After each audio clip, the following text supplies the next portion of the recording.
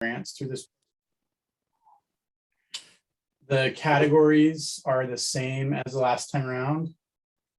There's 4 of them, Connor: infrastructure, smart charging, community engagement, and other. Hopefully those are fairly self-explanatory. And the other category would be anything that doesn't fall into the first 3. I will mention that there is another strong focus on low income, frontline community, equity access of EVs to those groups. Okay, next, Connor. So this process is first letters of interest, and then we'll review those and invite a certain number of full applications. Letters of interest will be due by November 19th, so you'll have about 8 weeks here. We will have our website up next week for this, and I will send around a message to everyone on this roundtable list, letting you know that the website is up, and that will give you more explicit information. We'll invite full applications, and those we'll invite those in December next, Connor. And then the full applications that are invited will be due February of next year, and awards will be announced in April. And then one more. And as last year, we will offer technical assistance provided by Fourth. So if you're interested in technical assistance, help developing your concept, writing your LOI, and then if you're invited for a full application, if you'd like help from Fourth on that, please contact me, and I can help facilitate that. And then finally, if you have any questions, I have a website or an email address, zevb-e-f.org. Those come directly to me. So if you have any questions, please send me an email. And that's all I've got. So we hope for some excellent applications again this time around, and we look forward to funding those. Thanks. Awesome. Thanks, Thomas, and appreciate you and BF for having this fund and putting more money out there to do some great and innovative electrification projects. So encourage everyone on the call to take Thomas up on that offer and developing some proposals. So I am going to stop sharing there and then kick it first to our first speaker, which is John, here to give a bit of an overview on fleet electrification and some things to be on the lookout for. So go ahead and take it away. Thanks, Connor. Still shows that sharing's disabled here.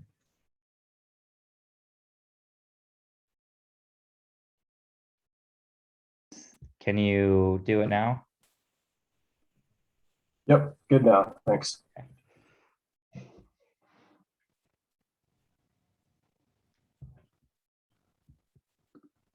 All right, you able to see that? Yep, looks good. Awesome, thanks. It's a beautiful Well, mountain. hey everybody. Great to see a lot of familiar faces and some new faces here. For those who don't know me, I'm John Jantz, and worked with Fourth for a few years, been working on transportation stuff for a good number of years now. I love mountains. I'm a recovering electrical engineer, and yeah, I just love electric vehicles, so get into this here. I'm really excited about fleets because they represent a big opportunity for both the fleet owners, for utilities, and for the public at large, for air quality improvements, for, potential, a lot of different great reasons to be excited about fleets. So one way I like to think about this is, right now, a lot of fleets, fleet vehicle types are already, looking pretty attractive, as far as total cost of ownership. Hey, John, we're getting a little lag on the sound. Do you think you might be able to turn your video off? Battery prices drop. So, a way of this is, okay, well, what would, yeah, hold on. Is it constant or is it intermittent? Intermittent, I'd say. All right, stopping video. Let me know if this is better. Thanks. So the big thing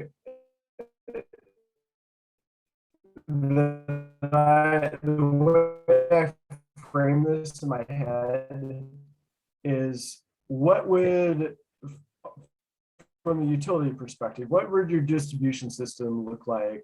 You know, what would, you know, if you're to look down the road 50 years and we've electrified a huge amount of these vehicles, like, what's that going to look like? And some of these things are, you know, are going to have pretty big impacts. You know, if you think of a truck stop along a highway, yeah, that could be a multi-megawatt level charger. And most of those are going to require new substations. You know, a lot of infrastructure is going to have to be put in the ground. So we want to start thinking about this now. And I guess the reason I frame it that way is, you know, we have a lot of work to do, but you know, it's good to get started now. So anyways, that's the main point there. I'm going to cover like ways that utilities can be most helpful in this transition.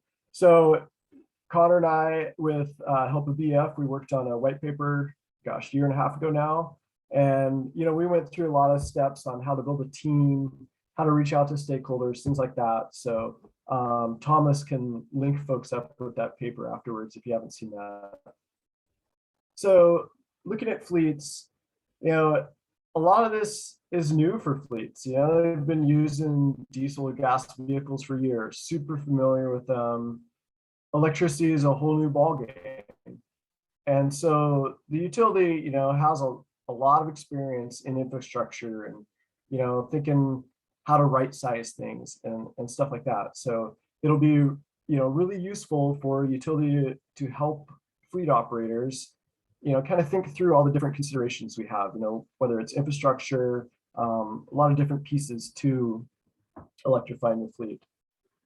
So another one of the things I like to think of is, what can a utility do to get started? Well, start with your own fleet.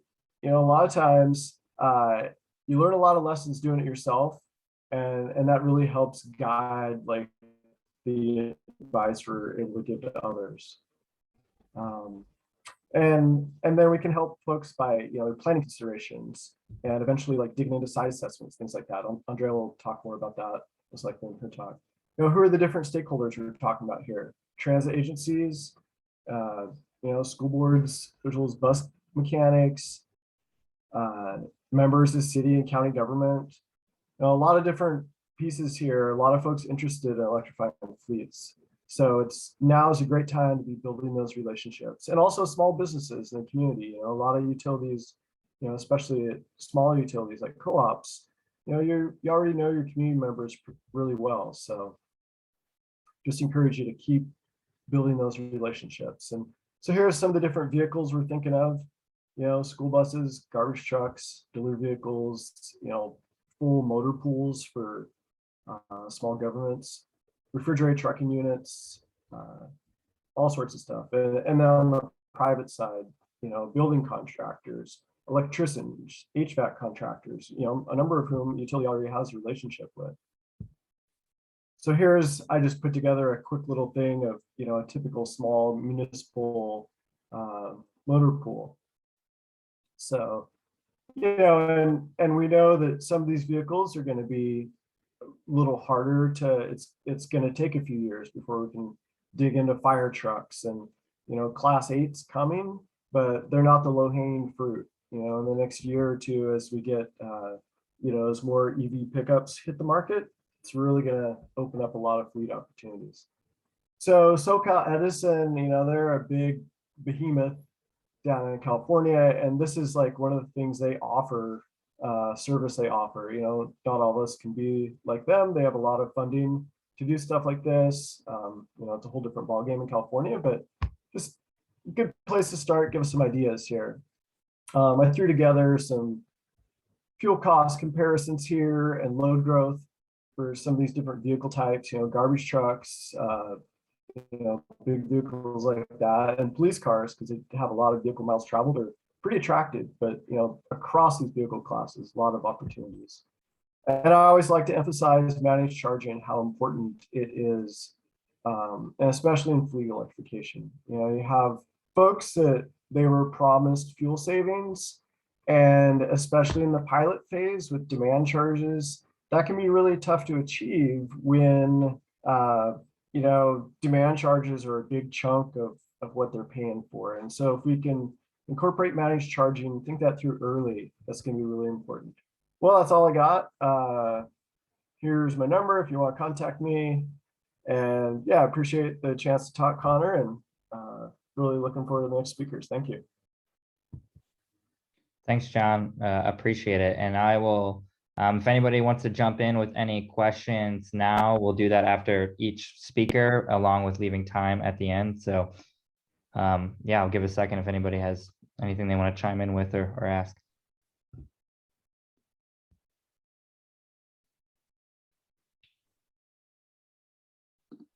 And if not, that's okay. We can open up that time again at the end. We can move to our next speaker, which is Craig with Craig Beaver with Beaverton Schools. So I will pull up the screen there. Craig. Hi, good afternoon. I'm Craig Beaver. I'm the administrator for transportation for the Beaverton School District. Connor, is it coming through okay? Is there any audio problems? I think that sounds pretty good. I'm just trying to pull up. There we go. Got it pulled up. So yeah, you sound good. Super. You can go into the first slide if you would, please. Briefly, a district overview. We are the second largest school district in the state of Oregon, but we are the largest transportation department in the state of Oregon. Portland Public has more kids, but they contract out half of their student transportation. So we have an enrollment of about 41,000 kids. We do preschool through 12th grade, as you can see. And we transport about 24,000 kids a day on average. Pretty good sized fleet. It's the largest fleet in the state, and a quarter of it is powered by propane. We started making the transition to propane in 2016, and we continue every purchase. We are purchasing propane buses now. If you go ahead and go to the next slide.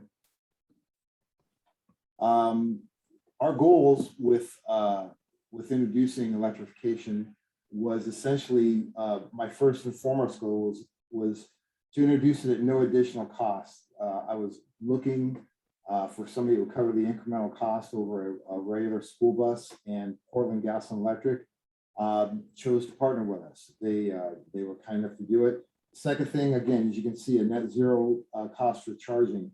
It's obviously real expensive to set up that infrastructure, and so we were looking for that. We wanted to see it basically as a test. We're such a large fleet that a couple of buses isn't a significant percentage of our fleet, rather than some of the smaller districts. So we have the ability to play around with it, so to speak, and test it and see if it would really work, and also serve as a case study for other districts. And it's the next logical step really in the green technology. We get primarily diesel powered vehicles. And as the federal government mandated over the course of the years in 2007, 12, 14, and 17, the increasingly cleaner diesel motors that were required, that's continued to get cleaner. Then we went into propane, which is even more cleaner. And now this is the next logical step. So if you go ahead and go to the next one, Connor. So PG&E, Portland Gas and Electric, we couldn't ask for a finer partner. They had a very efficient and simple application process. Basically 2 pages, fill it out, a little bit of documentation. It was very good. We wanted to use their extensive experience with infrastructure knowledge, as John had talked about. As an electric company, they had very detailed things. They were able to come out with their electrical engineers and their construction engineers and take a look at our site and help us with subcontractors and things like that. We used their subcontractors, and it was very cost effective and easy for us, and very, very collaborative, very easy to talk with.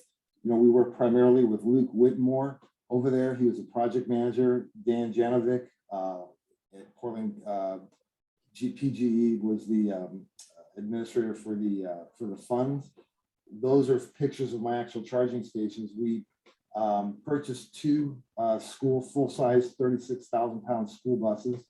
36,000 GVW school buses.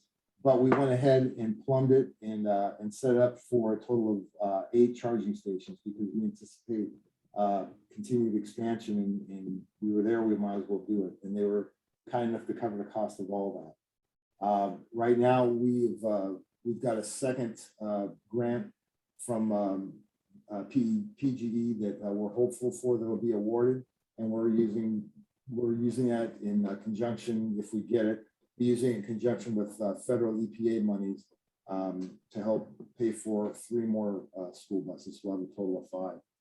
So thus far, where are we at? We implemented them we began using them in April of 2021. So we have a limited scope so far, but here are some of our initial results. Our average cost per mile is $1.38 for our diesel, and you can see, I won't read through it, you can see what is versus propane versus electricity. So far, about almost 900 kilowatts per hour per unit, and our average cost per kilowatt hour is just under 41 cents. I just want to make sure I caught everything there. The photo is a picture of our north facility. Each facility has about 150 buses in each one. And so you can kind of see we've got it up and away in the corner. That upper right-hand corner is where the charging stations are. So again, they're working great right now. There's some growing pains with the manufacturer of them. The COVID didn't help us. The supply chain interruptions have been tremendous. What should have taken 180 days to get took closer to about 10 or 11 months to get. But the entire supply chain, even for diesel buses, has been extended. Because it's such new technology, Blue Moon Corporation, who is the manufacturer that we're using, they batched their production. So it was an even longer supply chain to get it in because they had to change the production line for electric vehicles. But we have them now. They're working. They work great. They're quiet. People say, what's the biggest difference? And I say the quiet, how much quieter it is on the bus. And that's a mixed blessing. Sometimes with a diesel engine, especially a front engine diesel engine, you have plausible deniability as far as what some middle school kids are saying in the back of the bus. 7th, 6th, 7th, 8th graders are probably real challenging. With an electric bus, it's so quiet, you literally can hear every conversation, but it is really neat. They run great. They have about 100-mile range on them. They're spec'd for about 120 miles, but realistically, it's about 90 to 100 miles. We have a relatively flat area that we're running them on. So they're not the answer to everything. They're not going to be the buses that we're going to be able to take down to Grants Pass for a trip or something like that. But certainly they play a role within the suburban area and the urban areas. So with that, that's pretty much everything that I have. I'll be more than happy to answer any questions, or you can contact me via email. That's fine too. So thanks very much, Connor. Thank you for having me. I really appreciate it. Yeah, thanks a lot, Craig. I appreciate really interesting stuff. I have a couple questions myself, but I'll open it up first to anyone else that has a question for Craig. I got a question. This is Jeremy Stewart from Tacoma Power. Very interesting presentation. You said you get about 80 to 100 miles of range. Are you guys charging midday, or do you just charge at the end of the day? Right now, we're charging whenever they're back. So yeah, we are hitting a lot of peak hours because we don't have a good feel for it. We're using level 2 chargers. So they're not smart chargers where they can be controlled. So it'd be physically plugging in, plugging them out. So right now we are plugging it in, but again, I'm just trying to get some baseline data for the next several months to see what we're going to do in the length of charge and things like that. We should be able to plug it in overnight and get a full charge out of it. I know we're probably using about 40% of the charge every day, from what I can tell so far. So we should be able to do it in off-peak hours and bring some of that cost down.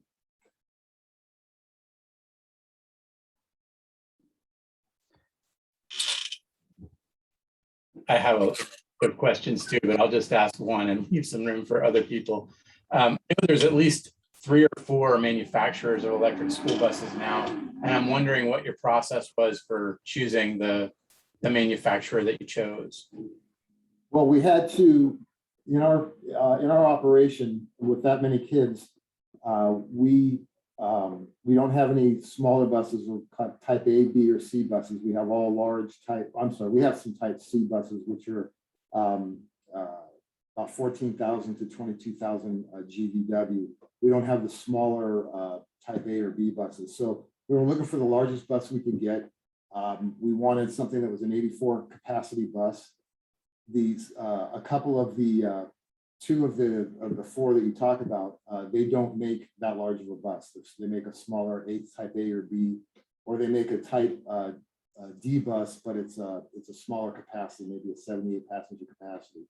So we were also looking for a transit style, which is the front, the flat front versus the other kind with the traditional one you see the school bus with. So that really brought it down to one manufacturer, which was Bluebird. That was the only one that really offered that. Lion at the time didn't offer a type D bus, and Thomas again didn't offer the transit style bus. They only offered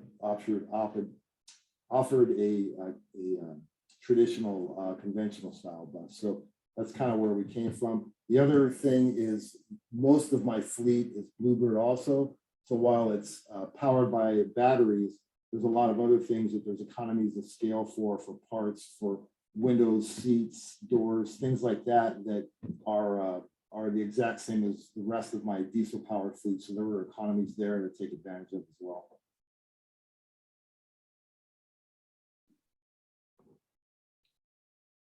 Thanks, Craig. Question for me. Do you have any programs sped up with PGE related to rates or managed charging right now? You know, we have a district person, and I don't know his title off the top of my head, but essentially he's the energy, the director of energy for the district, and his name is Matt Lichtenfeld is his name. And he deals mostly with schools. I mean, that's the biggest area that he deals with energy conservation, things like that. But he's also been a resource for us. We are on a schedule with him, one of the least cost schedules that he has negotiated with them, and they've got us on. And PGE also was helpful in trying to get us on the lowest cost schedule as well. So I am by no means an expert as far as that point, but yeah, to answer your question, yes, we are on a lower cost schedule than say a regular commercial building or something like that. I could get somebody that information if they wanted. I'm kind of taking the word for that right now. I'm more managing what Thomas talked about earlier, as far as I think it was Thomas earlier about I'm sorry, the first gentleman about this charging schedule and trying to get it to where we can, you know, just charge the load at the off-peak time. Great, thank you. I'll open up for one more question right now before we move on to the next speaker, if anybody has anything. Thank you very much. I appreciate your audience, and thanks very much. Yeah, thanks a lot, Craig. I appreciate you you being here. Very insightful, and hope to learn more as you guys get more information. Oh, I see that there was one question in the chat. Does the CPM include maintenance? Yes, it does so far. There has been virtually no maintenance costs. There's been some warranty coverage items that Cummins, who's the manufacturer of the actual electric power plant, has done. But so far there really hasn't been anything. We haven't had to do brakes or anything like that on it. But that is all that is included in the all parts and service is also included in the cost per mile calculation. It's just that there hasn't been any right now. But other than brakes and tires, and then and ancillary stuff that might have to happen as far as windows or things like that, we really don't anticipate. And that was the other big draw, is because we're not, we have to do every 2,500 miles or 6 months, we have to do a safety inspection. we have to do that for all buses. But other than those types of things, it should be considerably cheaper to run them. So we're looking at a 15-year lifespan on this is what we're grading it out as, but I fully expect to get 20 years out of the bus. So if we were gonna amortize it over 15 or 20 years, the costs start to make sense. The cost of a regular school bus is about $145,000 for this type of school bus. And this particular bus, the electric buses, cost just under $400,000. So quite a bit of incremental cost there. But over the course of 20 years, it starts to get to pay off, especially with the reduced cost per miles. And we probably average about 12,000 miles per bus per year.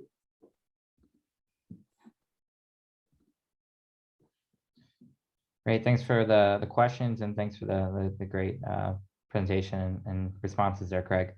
All right, next we have Twin Transit, a couple folks, Andrea and Joe.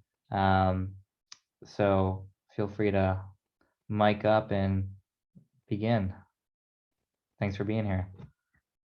Yeah, thank you for having us. I really appreciate that. Let me go ahead and do our screen share here. Can you see that okay? Yes, yes, we can.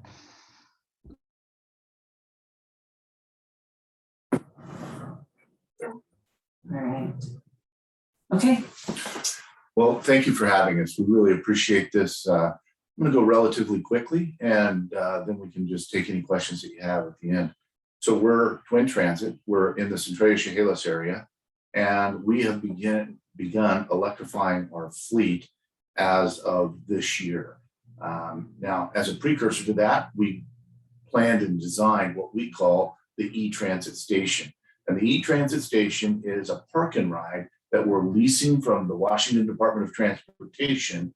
And then we, through some green technology grants out of the governor's office, were able to modify the park and ride to meet our needs for e-transit.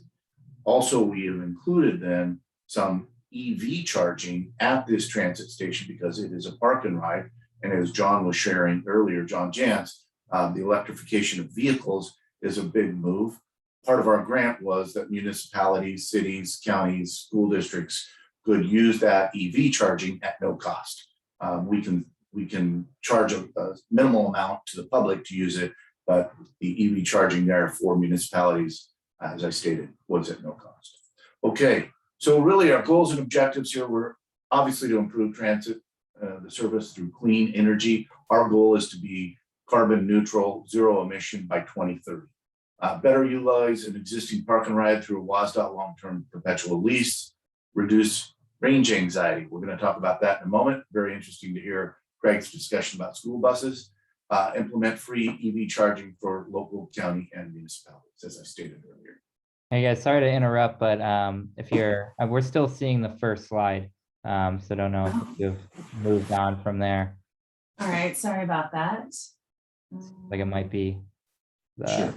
This frozen on the screen share. go ahead and hit escape. And then I can, okay, now if we click to the next slide, can you see this slide now? Yep, I see the vision now. Yeah, great. Okay.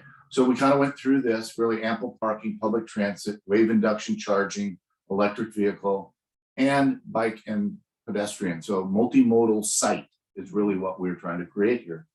And you can see that some of our goals here, I just talked about these. So I don't really think we need to repeat them. And then the next slide was just really, oh, there you go. Sorry, technical difficulties. All right. And so then we put in two types of EV charging, level 2 dual head, primarily for fleet and hybrids. And then we also put in a DC fast charger. And the reason for that was to accommodate those folks that are moving up and down I-5, about 80,000 cars a day, could drop in, charge, hop on a bus, go get lunch, do some shopping, come back 45 minutes to an hour later, car's charged, ready to go. Next is really workforce training. So we have Centralia College is in our community. They've had a diesel tech program for a long time and a 4-year bachelor's degree in diesel mechanics and maintenance for a long time. And we're working with them to transition to the development of technicians for these new renewable energy industries, be that EV charging or electric vehicle, hydrogen. We're not going to talk about that in a moment, but all sorts of training in a variety of vehicles. We use interns in our shop. We have a local Toyota dealer here that's doing Mariah's, as you know, which is hydrogen based. They're going to get into that sort of thing. So great partnership with our workforce training group at the college, and it really has helped us be confident that we can manage these technologies going forward. What are the challenges? New technology that was unfamiliar to our subcontractors when we started building this place. And so they had a little bit of a learning curve, and that extended that construction timeline because we did put the wave induction charging in place, and you know, they weren't familiar with those technologies, so we understood that. And then, you know, COVID delays, supply chains, public understanding of the investment. So we wanted to overcome those challenges, and I think we have. But it's important to understand that those challenges exist, and as you enter into a project like this, just would give you a heads up to take those things into consideration, because they can be derailing if you don't address them up front. So the benefits, though, of this effort have really been substantial. Environmental benefit, improved user experience, developed community partnerships, bump charging. I want to just talk a little bit about bump charging so you know our model, because I thought Craig's model was very interesting. So on a transit bus, unlike the school bus, there's a lot more battery packs in this bus. So our range is 125 to 150 miles. But our route and our service window is about 220 to 250 miles. So to use these in an efficient and effective way throughout the day, we had to come up with some way to bump charging, inner wave induction charging. So we have plates on the bottom of our buses, plates in the ground at the e-transit station, and those buses rest between 15 and 10 minutes every hour sitting on that charging station. And what that does is it helps us manage battery life. So when they come off the depot charger in the morning, 94% charge. You all know you don't want to cook the battery in 100% charge, so 94% charge. So as they do a loop or a trip, that reduces that charge anywhere from 6 to 8% before the 10 minutes or 15 minutes that they sit on the bump charger increases that back somewhere between 4 and 6%. So what we're doing is we're just working that battery down over the course of a day to about a 60-62% charge level. And doing that battery management that way allows us to extend the life of the batteries. They're typically an 8-year life. We're on a 12-year useful life. Craig mentioned he was on 15. We're on 12 on transit. So we can move that battery pack to be the same length of useful life as the bus, because those battery pack replacements, as you know, are $150,000 to $200,000, quite expensive. So using this bump charging allows us to go in perpetuity and create charging cycles within our window of service along with our routes to allow these buses to continually charge throughout the day. So that was the real benefit of that bump charging. And if you're not familiar with that, I just kind of wanted to take a minute to explain it. You can see some of the cost benefits. Craig did a great job of explaining that. We just believe that electric, no maintenance, all of those kinds of things, we factored in labor cost here. So really what we have is the most expensive is the driver cost. And then there's a few maintenance items, tires and wiper blades and things of that nature baked in there. The one thing I will say is by placing the EV charging in conjunction with the e-transit station and the wave charging we're doing right now, the wave charging, right, Centralia has city light. So we're buying it off the BPA grid through our city PUD. But that cost is about $1,700 a month. Charging revenue right now is somewhere between $900 and $1,300. We've built capacity to add EV charging so we can throw 6 to 8 more chargers in there and make this a zero cost environment for charging our buses as we go forward. So that was our reasoning for putting EV charging, was just to give us that operational cost deduction as we go forward.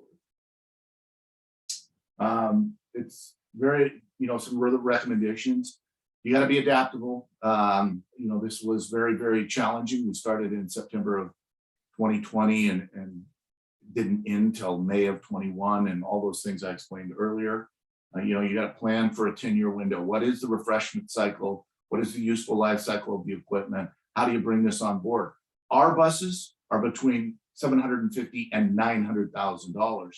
So quite a capital outlay for a small transit like us. So it's not like we can just go replace our whole fleet tomorrow. We have to be methodical about this replacement schedule and do it based on the resources and revenue we're receiving through those streams.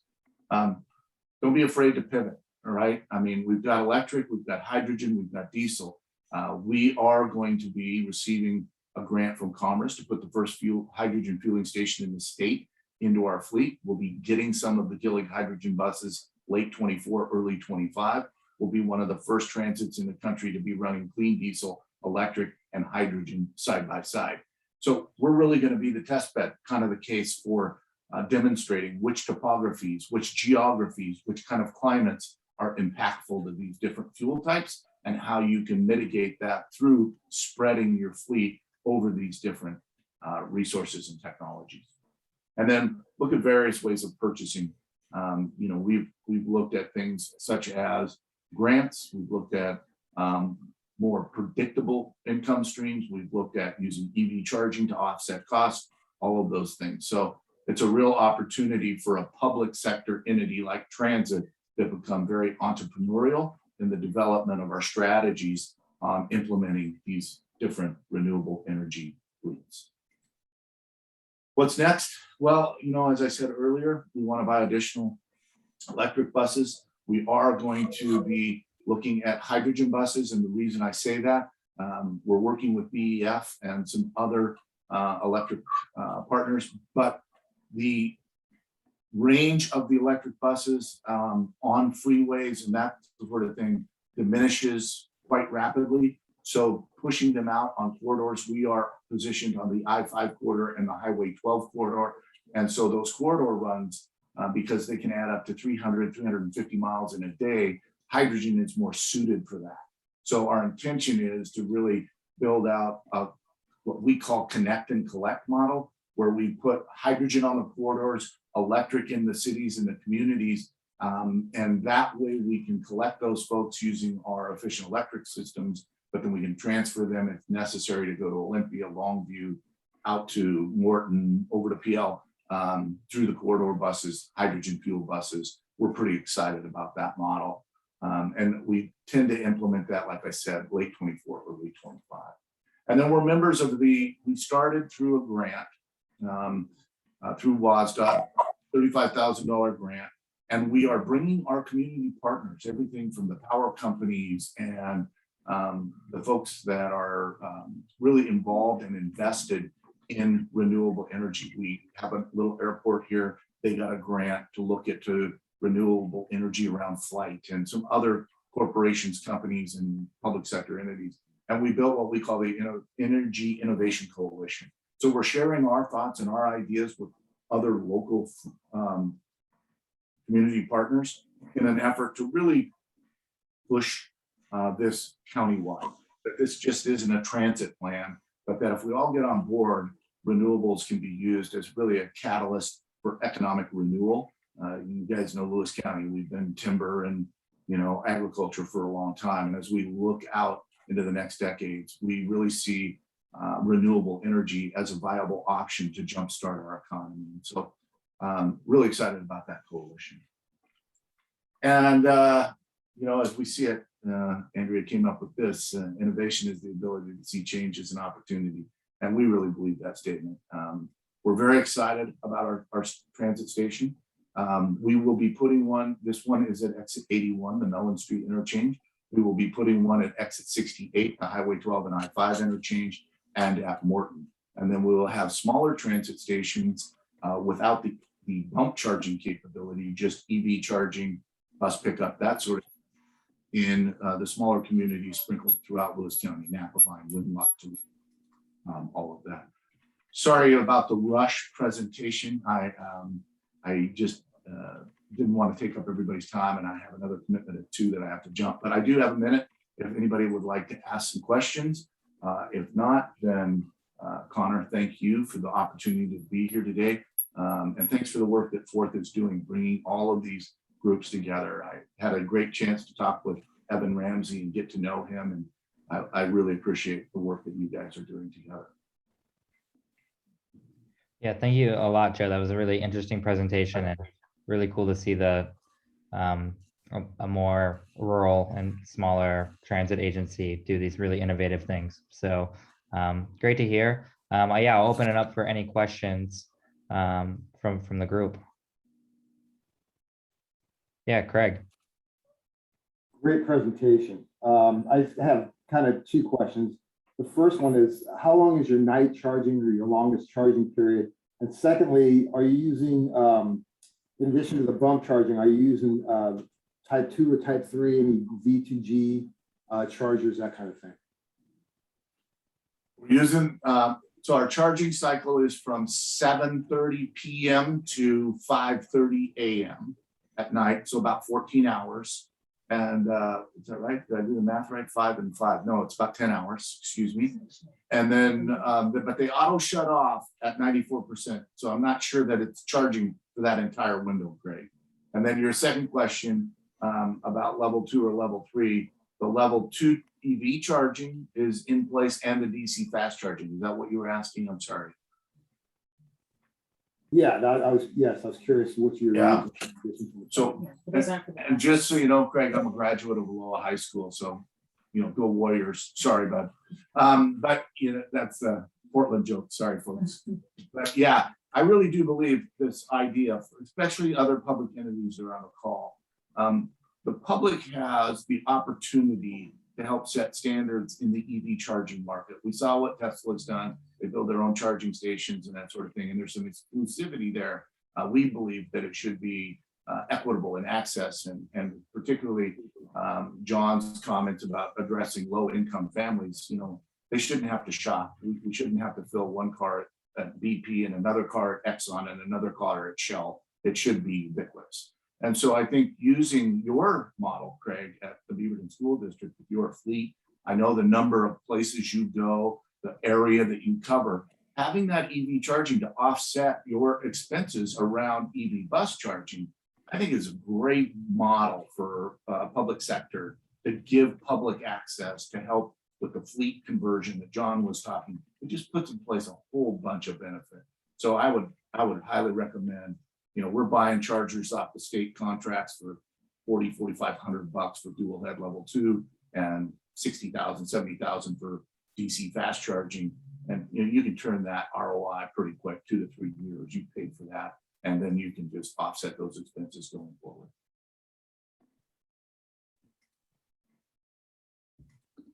This is Thomas Endicott from BEF. Great presentation. Thank you so much. 2 questions. I don't think you mentioned who your bus manufacturer is for the buses. And then who helped you with planning in terms, you talked about the bump charging and keeping the batteries healthy. Who was it that helped you plan that? Right. We did something very interesting and we're kind of waiting on results. I felt like if we were going to go to a green technology model, taking a 35-foot diesel bus and throwing it on the trash pile was probably not in the best interest of that model. So we took 2004 and 2007 Gillig buses and had them totally refurbished by a firm called CCW, Complete Coach Works, down in Los Angeles. They stripped the buses, the coaches, all the way down to the floor, put in new lightweight components, rebuilt it, and then put in Zepp's battery packs with a engine that power plant that they designed.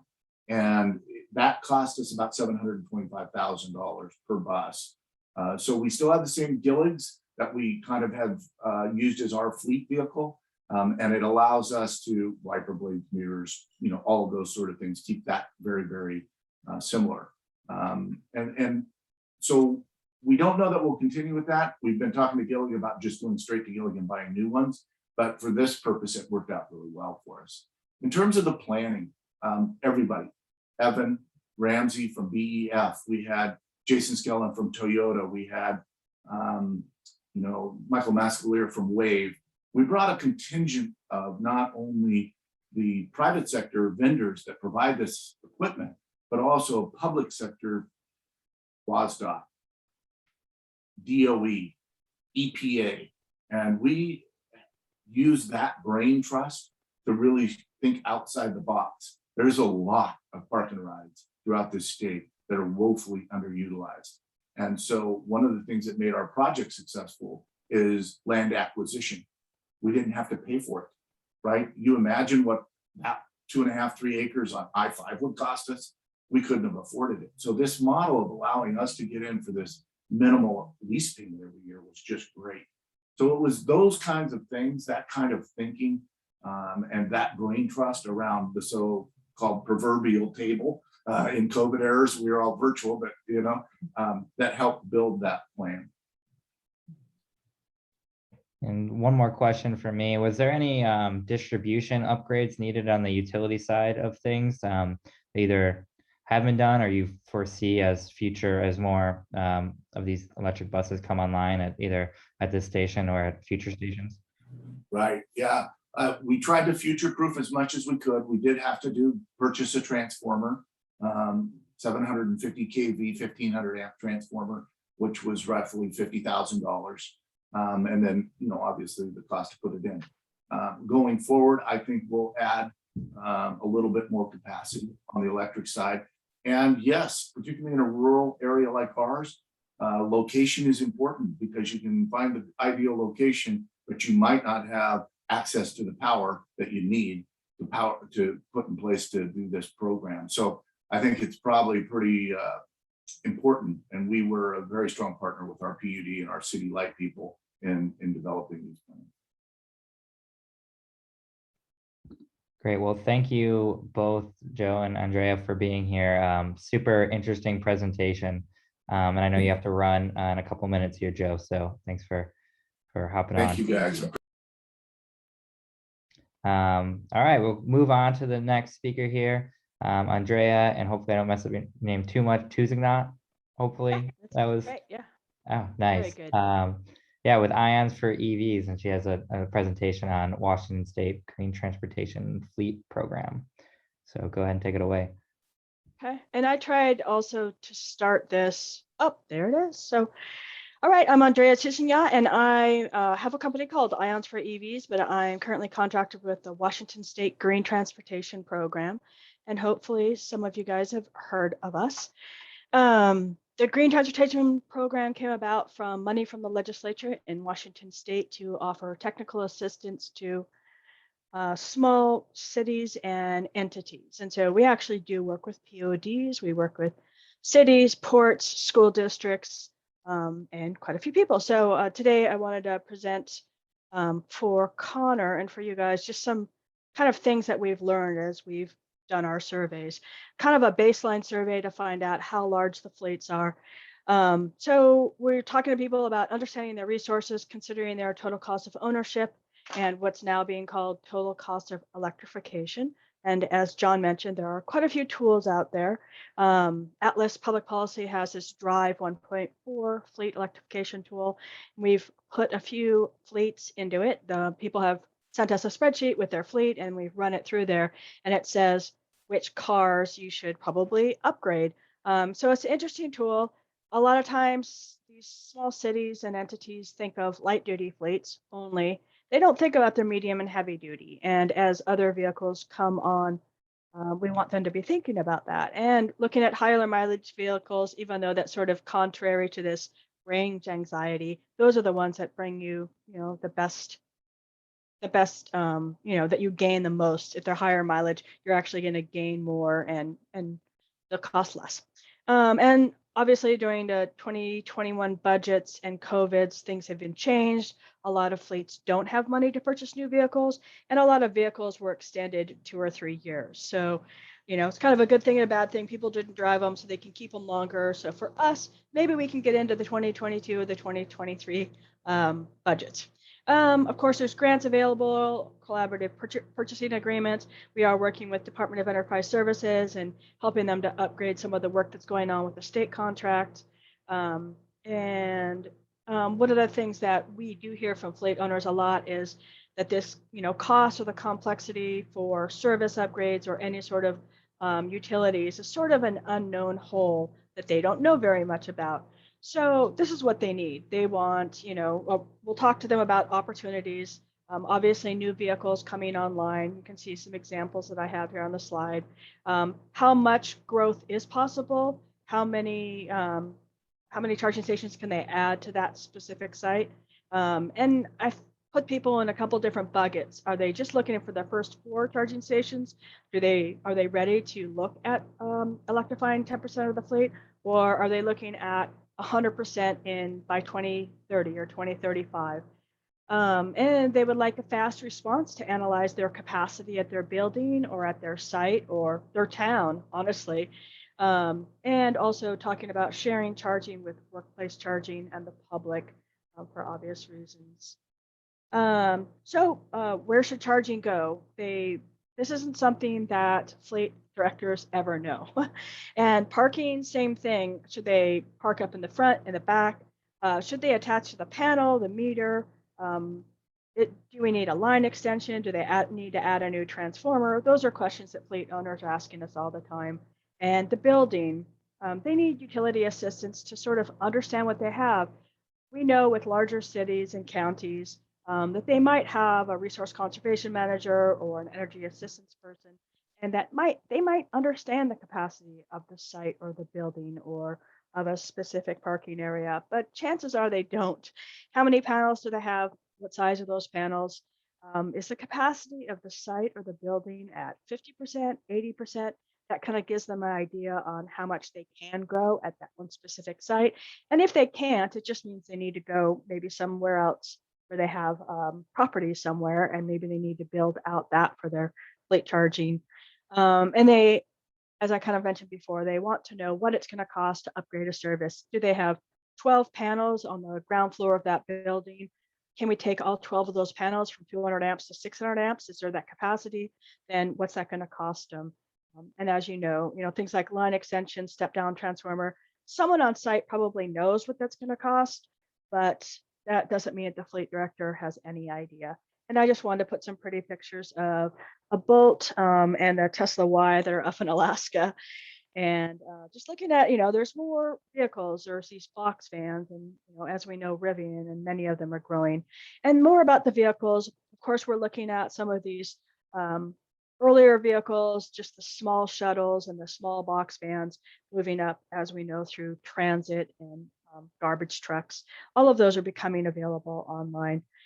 So the fleet electrification journey, we wrote a paper called the site assessment paper that's on the Green Transportation site. It's actually called the milestones. And we walk through 10 milestones that you should consider.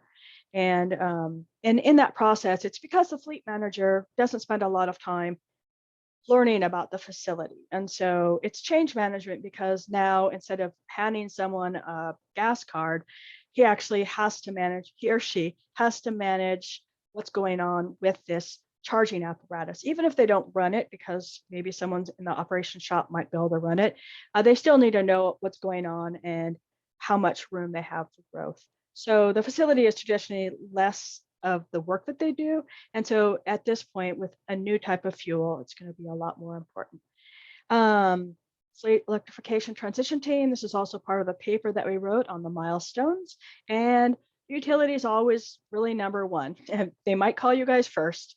It usually is the fleet operator, facilities manager. They start talking about adding, how do we add charging? And hopefully they'll reach out to the utility next, because there have been many cases and examples. I've been in the fleet world, I've been in the electrification world about 6 years, but like the city of Metro LA talks about, getting it together and getting all these cars and then going to install and finding out that they actually couldn't install it because that substation wasn't due to be upgraded in several years. They actually weren't able to add those 16 dual port chargers. And so these are just some of the team members we talk about. And I just want to let all the utility people know how important you are to that team. And as you know, it's a huge transition for the fleet owners. Operation and maintenance is going to be really different. Jobs will change. Hopefully people won't lose their jobs, but they'll just transition or pivot to a new job. So I think it's just having some idea on the changes that they're going through and how they're in a state of flux as well. And so when you're offering the expertise or you're going in to do this analysis, just know that you want to make sure that you have all the right people at the table, and also that you're sort of planning the future for how it will work for them as they move forward. And that brings up this engagement process. Just think about things like adding that ride and drive, or talking to the employees of the department or the customers. And also today I spoke with the university and they said, oh, well, involve this, if you have a university within your PUD, then involve them in the writing of the grants, because they actually have a lot of capacity to write grants and to give you the help that you need to make sure that the on-site community is really involved. And so once and the great John stole my thunder. A great place to start is with your own fleet. If you're at 1%, then you maybe have a few utility people who are really good at that. If you had 10%, then you're going to have a lot more people on your staff that are prepared to help some of the fleet people out in the real world. And really it gives you on the ground experience. And one of the things that we've heard pretty consistently was, for example, one city here in the Puget Sound area that said they reached out about 3 years ago to a large investor-owned utility that has millions of dollars for their transition from electrification, and they heard nothing. And my thing was, that was 3 years ago. That was before COVID. We know that they have an active fleet program and an active workplace program. Reach out to them.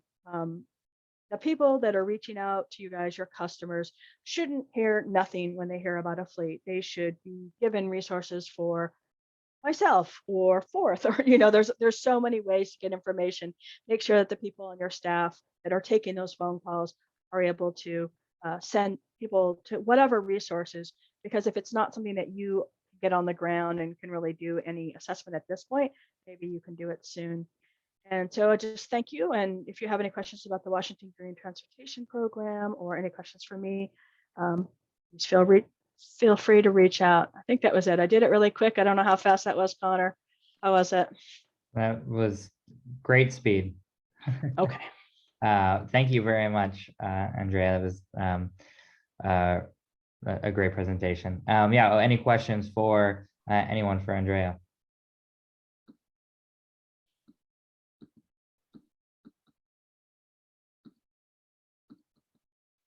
Just one question for you that I have. The tool that you mentioned, that Atlas tool, is that something that is accessible for any fleet manager potentially, or somebody that's interested in using it? Or is that something that like an organization like yours would do on their behalf? No, it's entirely open to the public. It originally was created through a DOE grant. So as you know, they will support this tool in perpetuity because they got that DOE grant, and the team that supports it, I think, is a programmer and Nick Negro. So the CEO of the organization actually helps to support the tool.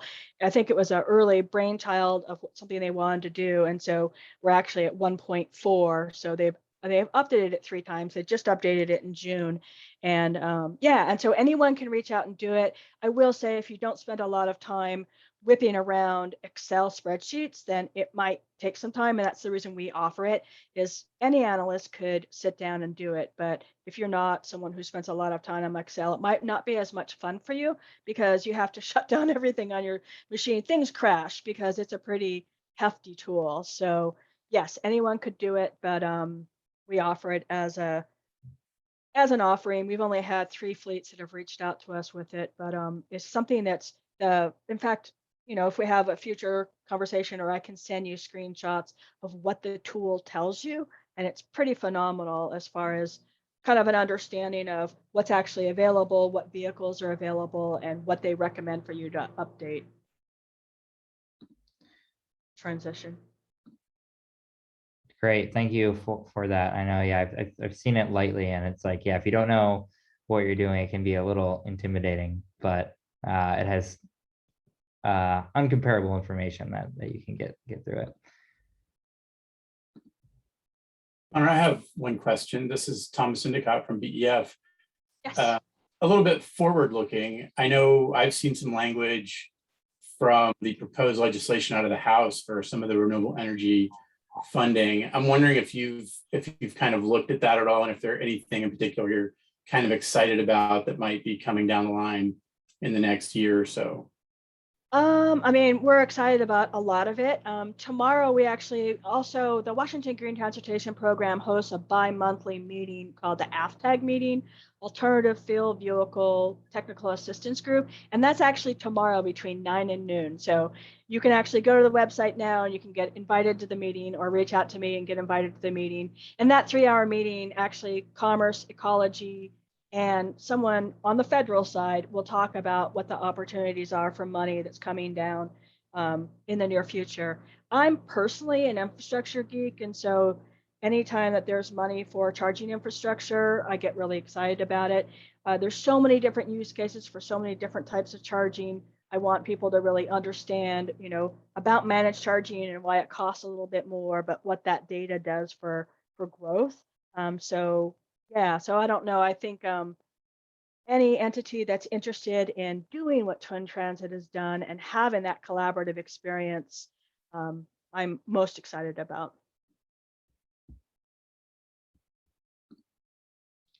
Great question, Thomas. And yeah, thanks, Andrea. Well, as we get towards the end here, we have one more speaker, certainly last but not least, Greg Haar, going to present on a project that they are working on in Central Oregon. So go ahead and take it away, Greg. Thanks, Connor. I'm going to try to get the, says host disabled participant screen sharing. Oh, hold on one second. All right, you should be able to do it now. All right, yep, there we go. That looks good. And can everybody see my agenda slide? Sure can. All right. Good afternoon, everyone. Greg Haar with Evergreen Consulting Group. I'm based here in Portland, Oregon, just north of Beaverton, close to Sunset High School, but grew up on the east side. So since we're talking about Portland-based high schools earlier today. I'll start with a real quick intro to Evergreen. I recognize a lot of names on the Zoom call, so I think you're pretty familiar with us as a company. Then jump into what there's already been a ton of information shared, so we'll move quickly through why fleet electrification now, and then I'll just talk briefly about Evergreen's fleet EV program and leave it open for any questions and answers at this point. So real quick, who is Evergreen? We're a small business utility services company. We're an all virtual B Corp based primarily in Portland, Oregon, but we have staff throughout the Pacific Northwest as well as the Mideast and East Coast.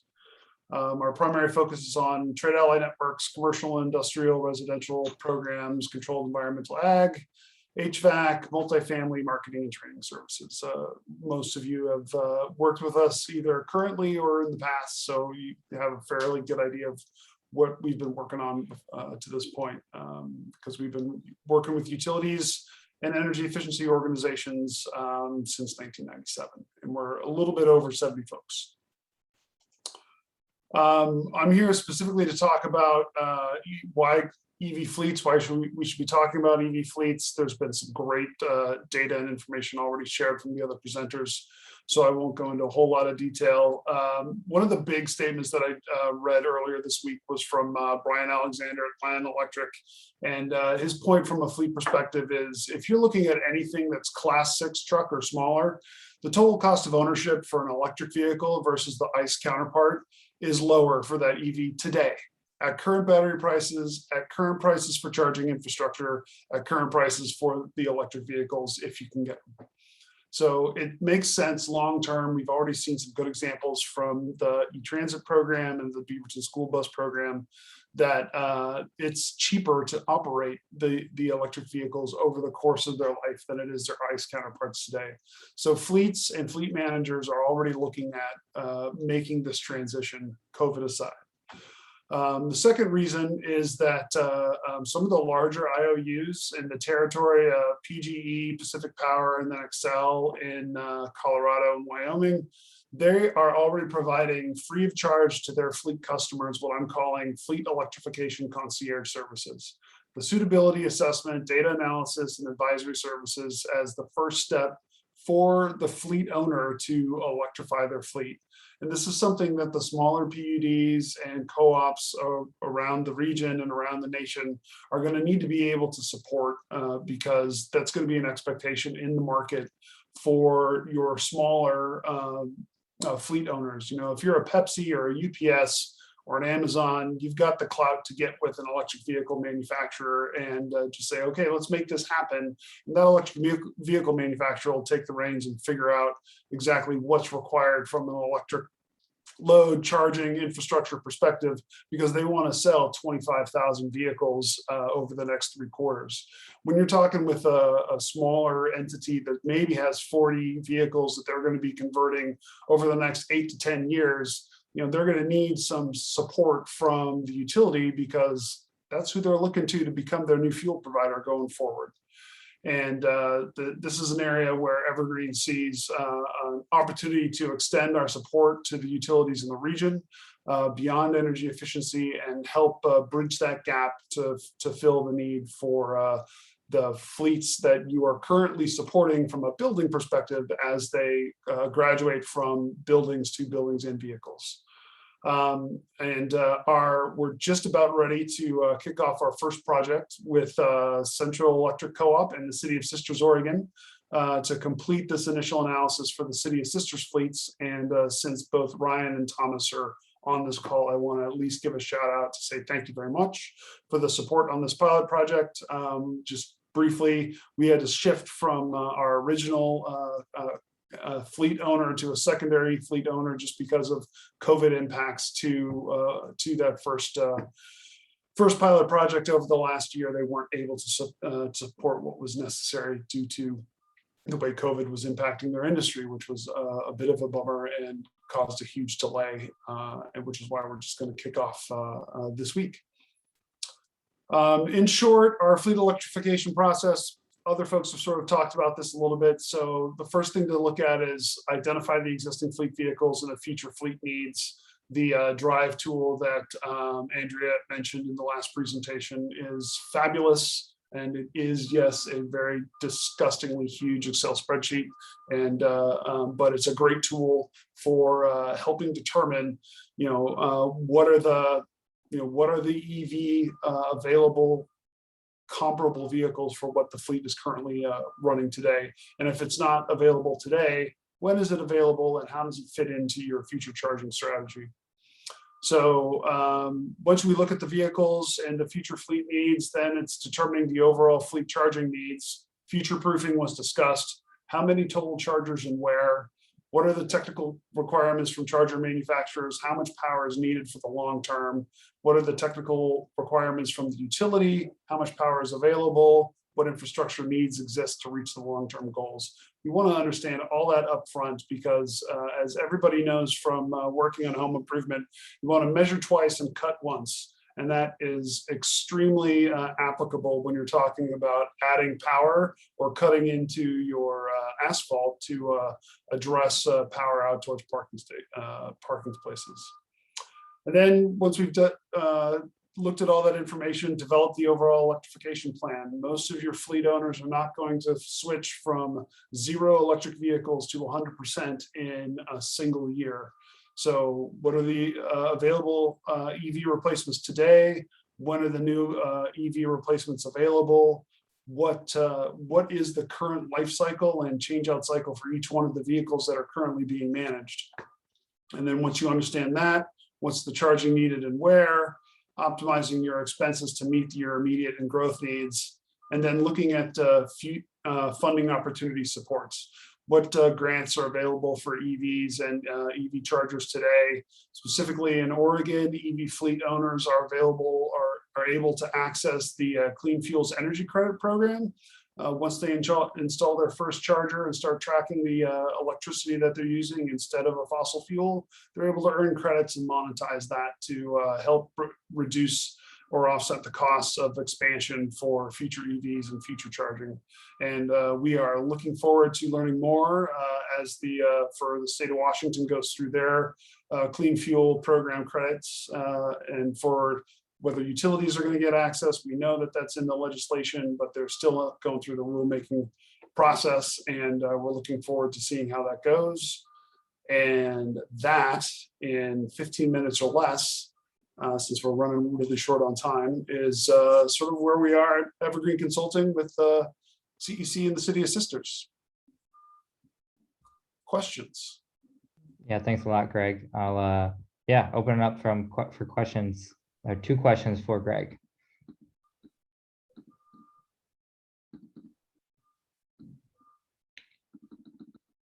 I know you mentioned that both Thomas and Ryan are on the call, so not sure if you all have anything else you'd like to add from your perspective. No pressure, but feel free to jump in if there's anything. Hey, Connor, thanks, Greg. That was great. The only thing, I wanted to add for us, I mean, it comes down to understanding our members. That's why we're so excited about this. I think in this new area, we want to learn what our members want, how we can better serve them and provide the most value per kilowatt hour. And I think that's where this study is a neat opportunity. I think it's, we have a great deal of programs that we offer, energy efficiency related programs, and those provide incentives, but they also provide education. And our members always look to us for those educational points. And that's where I do see, fleet studies like this in the future as another offering. So it's exciting to kind of see where this goes on this kind of pilot offering, and maybe it becomes something that we offer, as more of a staple program. So. Yeah, Connor, and this is Thomas Endicott from BEF. I would just add, we saw this as a great opportunity. As Greg mentioned, the big utilities, the investor owns, they're offering a lot of this help, and they have big budgets. We felt like this would be a great example, very innovative to look at the whole system. And we believe, that's how you need to approach it. So we're happy to be involved, and we're excited to see the results. And the other thing I'll just add, I was thinking, I'm always thinking about electric vehicles, especially out in the rural areas and the utilities. And, an electric vehicle, whether it's a Tesla or a Leaf at somebody's house, or vehicles at a business, to the utility, they're appliances, right? And they're an appliance that a business can go out and buy tomorrow, and you have to service them one way or another. Now, there's some give and take there, especially on fleets and needing to plan for transformers and substations and things like that. But in theory, that's kind of the idea. So, everyone here is in the business, and I think probably see what we see at BEF, which is that electrification is coming a lot faster than people thought it would. And when the OEMs commit to large production, they're not turning back. Once they retool in a factory, they're going full steam ahead. And when, as Greg mentioned, I think class 6 and below, those are cheaper to operate than a ICE vehicle. This is coming really quick. So I think the more we can do on the front end to get prepared and have examples like this study, the better we'll be, as things come down the line here.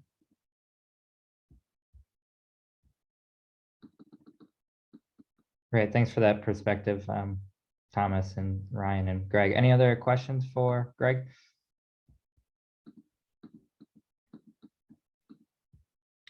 And thank you, Greg, for your presentation. Really cool to see the outcomes that come from the City of Sisters and beyond. Great. Thanks for having me. Appreciate it. So as we wrap things up here, just moving to the open floor part in the last 20 sections. So you can encourage any questions from anyone that spoke today that is still here. Also, any utilities that are on the call that are doing anything related to fleets or really anything cool going on, or just general questions, I encourage folks to open it up and or ask from your peers and colleagues that are on the call. And then I'll just flag, I'm continue to be the point person. Here's my email here. So if you have suggestions on future topics, any speakers or ideas, or you want to present anything that your utility is doing, please, always looking for more content to share. So please reach out. And I'll stop there. So feel free for anyone who has anything to share if they'd like. Connor, I've got one thing. Thomas, this kind of triggered in my mind when you were talking about infrastructure planning. And one thing that we're doing, we've rolled out our EV rebate program. We've got a vehicle registration rebate for members, and then also a level 2 charger. And one of the components of that in helping us plan for infrastructure growth is an engineer review. So a member will go online and submit a request for a level 2 charger rebate, and whether they've installed it or not, we'll have that pass through a CEC engineer and kind of review the infrastructure surrounding it, see if we need to make any improvements to those transformers. And it's a really good opportunity to kind of review as these new appliances, like you call them, come in. So that's just something that kind of triggered that. It's part of our process, and it's working out pretty well, creating some nice synergy there. So.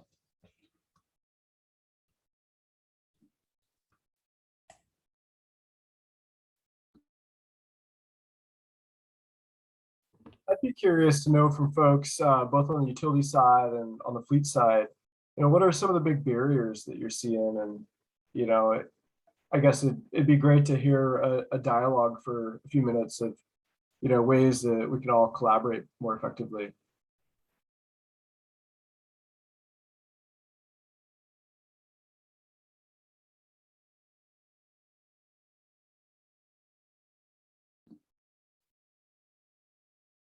And I'll start with one I've heard from folks at utilities. I mean, especially operating a small utility, like bandwidth is a big issue.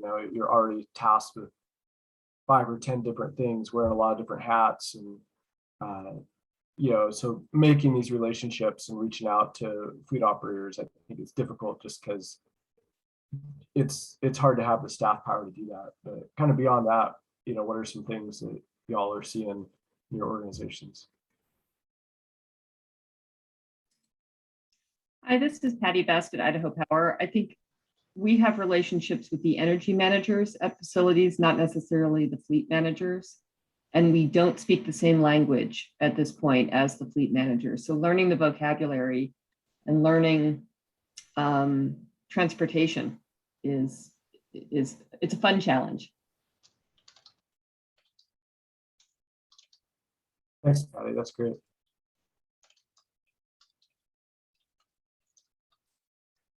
Hi, this is Jeremy Stewart, Tacoma Power. So, we're super interested in fleets and electrifying fleets, and, interested in providing services and incentives to make that happen. I think one of our biggest challenges is finding the fleets that are interested. Some of the issues that we've had is there's kind of a, it's expensive for them to do that and to do that conversion. And even though the life cycle cost pencils out, it's that initial investment that's expensive. So it's kind of having a partner on the fleet side that's willing to make that investment in just the vehicles themselves and kind of move to the next step.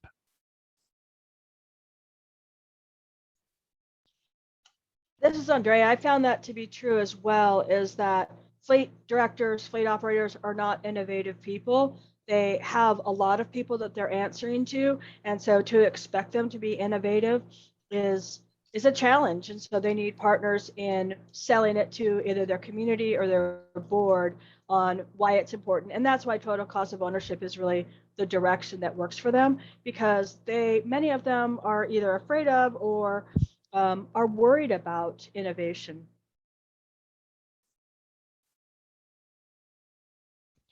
Yeah, we hear that. And we also hear a lot of the challenges are just lack of like vehicle selection or the appropriate vehicles out there.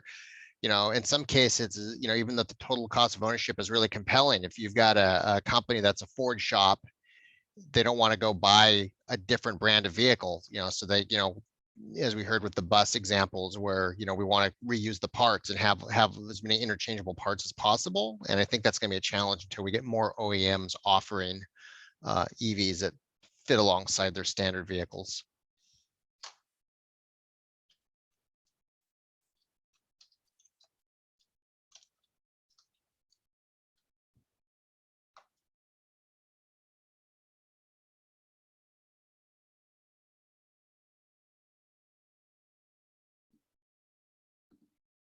Thanks everyone for the dialogue so far.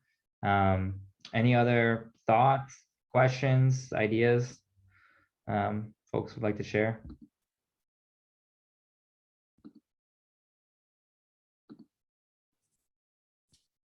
Connor, this is Thomas Endicott from BEF again. I was wondering for any of the people that the fleet managers, I know in trucking, you know, leasing is very common where, you know, the company that owns the trucks will lease them and they take care of everything. They take care of, you know, all the maintenance, all that type of thing. And with electric vehicles, especially big trucks and buses being so expensive and the CapEx on the front end is so big and the savings happens over 20 years, I wonder if there are any examples of, or if there might be examples of leasing vehicles as a better approach than buying them up front.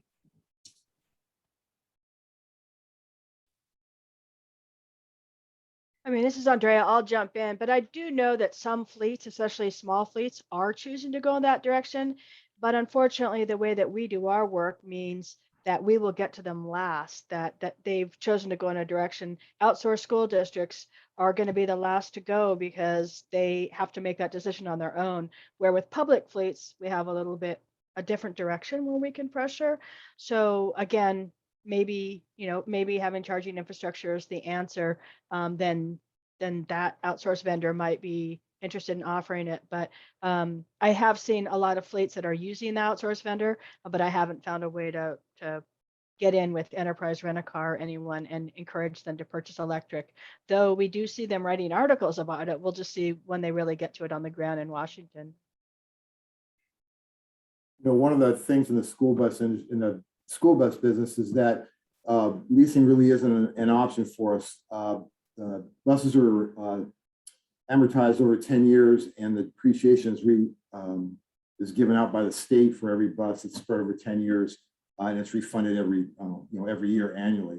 So you have to own the bus to do that. You can't lease it. So that's a limiting factor for school buses here in Oregon. California, though, we spent 15 years in California in this business.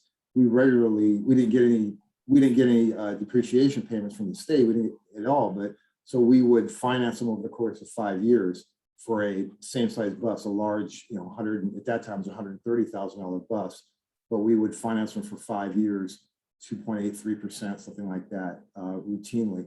But in Oregon, that's not really an option to lease. And then also grant-wise, both DEQ and EPA require you to own the bus in order to get the grant, because it's a rebate afterward. You destroy the bus and then they repay you for the whole thing. So it doesn't, you have to wholly own the vehicle.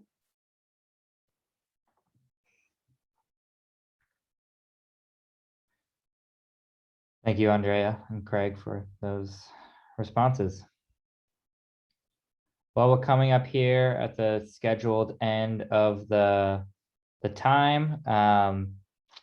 As I've said before, I'm available via email if anyone wants to chat. I'll be sharing out a follow-up email with the presentations and a recording of this session, and the emails for folks on board if you want to ping them with any questions. I didn't ask them if that was okay, but I feel like they're really great people, so it should be okay.